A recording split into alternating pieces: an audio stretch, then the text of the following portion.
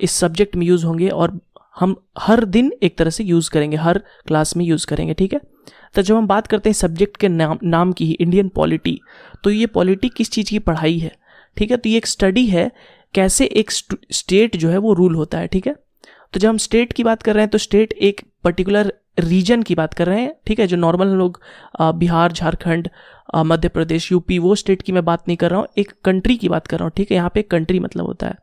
तो form of government in a country की जो पढ़ाई होगी वो होगी इंडियन पॉलिटी, ठीक है। अब कॉन्स्टिट्यूशन यानी संविधान जो होता है वो क्या होता है, ठीक है। तो संविधान यानी कॉन्स्टिट्यूशन का मतलब होता है कुछ सेट ऑफ रूल्स जिससे वो कंट्री को गवर्न किया जाए, ठीक है।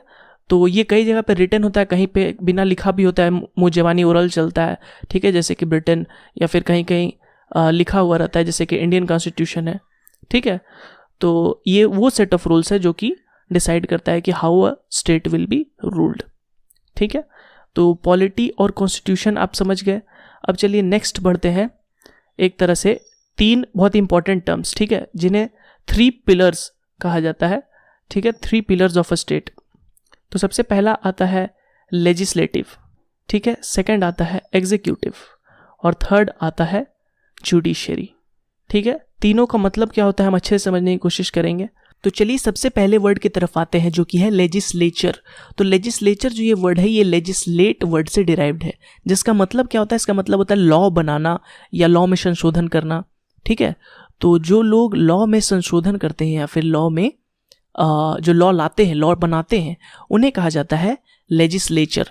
तो हमारे कंट्री में क्योंकि ये डेमोक्रेसी है तो हमारे कंट्री में जो जनता होती है उसके पास है पावर लेजिस्लेट करने का थ्रू देयर रिप्रेजेंटेटिव्स, ठीक है। तो जनता डायरेक्टली तो लॉ नहीं बना सकती, तो क्या करती है जनता अपने रिप्रेजेंटेटिव्स चुनती है in the form of MP, MLA, ठीक है। और ये एमपी, एमएलए पार्लियामेंट में जाके लेजिस्लेट करते हैं, ठीक है, यानी लॉ बनाते हैं।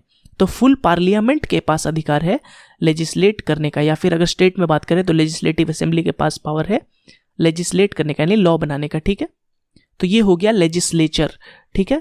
और लेजिस्लेचर हमारा क्योंकि डेमोक्रेसी है इसलिए हमारे केस में वो जो पीपल रिप्रेजेंटेटिव है, जनता के लोग हैं, वही करते हैं, ठीक है।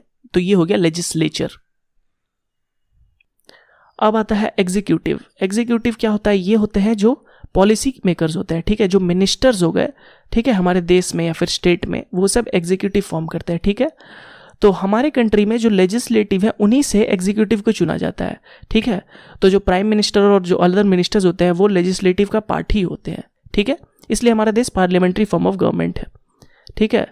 तो ये 2 हो गया लेजिस्लेटिव और एग्जीक्यूटिव। इसके अलावा थर्ड है जुडिशरी। जुडिशरी मतलब न्यायालय, ठीक है, जो हमारे डिफरेंट कोर्ट्स हो गए देश में, ठीक है, कोर्ट्स ऑफ लॉ, जैसे सुप्रीम कोर्ट या हाई कोर्ट हो गया, स्टेट के ये डिस्ट्रिक्ट कोर्ट्स हो गए। तो ये जो होता है ये फॉर्म करता है जुडिशरी। तो 3 पिलर्स जो हो गए एक स्टेट का, वो हो जाएगा उसका लेजिस्लेटिव यानी जो जनता से उम्मीदवार सिलेक्ट होकर आते हैं, एग्जीक्यूटिव यानी जो पॉलिसी बनाते हैं देश के लिए, और जुडिशरी यानी जो देश को एक तरह से न्याय दिलाते हैं, ठीक है, जो जनता को न्याय दिलाते हैं, ठीक है। तो हमारे देश में लेजिस्लेटिव और एग्जीक्यूटिव में काफ़ी अच्छा रिलेशन है, लेकिन जुडिशरी जो है वो इंडिपेंडेंट है, ठीक है।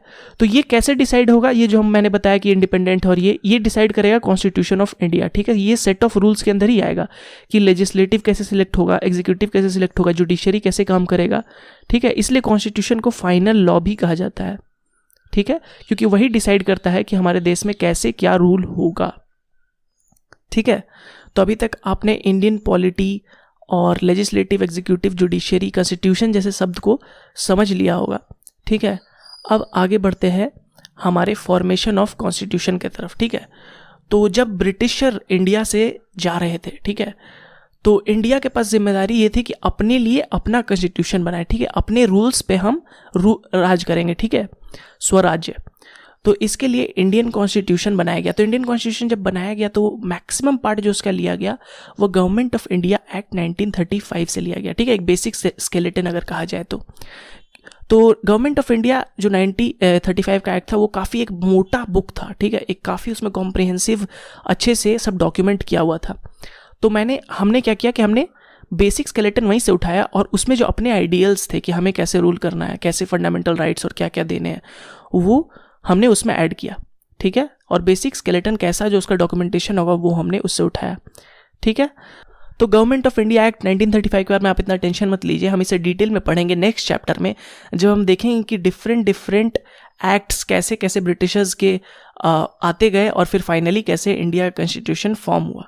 ठीक है, तो अगर हम एक टाइमलाइन बनाने की कोशिश करें, ठीक है, तो जो ब्रिटिशर्स के जो डिफरेंट एक्ट्स आएंगे वो होंगे सबसे पहले रेगुलेटिंग एक्ट जो कि 1773 में आता है, फिर आता है पिट्स इंडिया एक्ट जो 1784 में आता है, फिर हमारे ढेर सारे चार्टर्स एक्ट आएंगे, ठीक है, जो कि आएगा सबसे पहले आएगा 1793, ठीक है, 20 साल बाद 1773 के, उसके बाद 1813, 1833, 1853, ठीक 20-20 साल के इंटरवल में चार्टर्स एक्ट।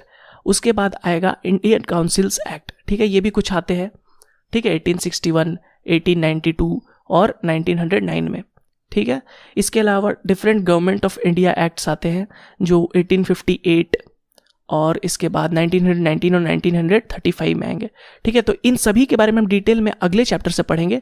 आप बस अभी इनका क्रोनोलॉजिकल ऑर्डर याद कर लीजिए, किसके बाद कौन आता है, क्योंकि ये भी क्वेश्चन पूछा जा चुका है, ठीक है, कि क्रोनोलॉजिकल ऑर्डर बताए कौन पहले आया, पिट्स इंडिया पहले आया, फिर चार्टर्स पहले आया, फिर या फिर इंडियन काउंसिल्स पहले आया, ठीक है।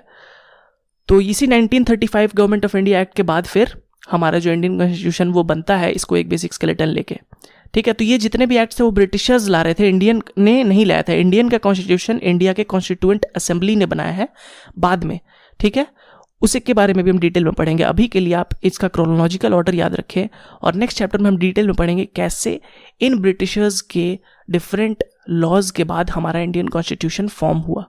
तो इसी के साथ हम अपना वीडियो यहीं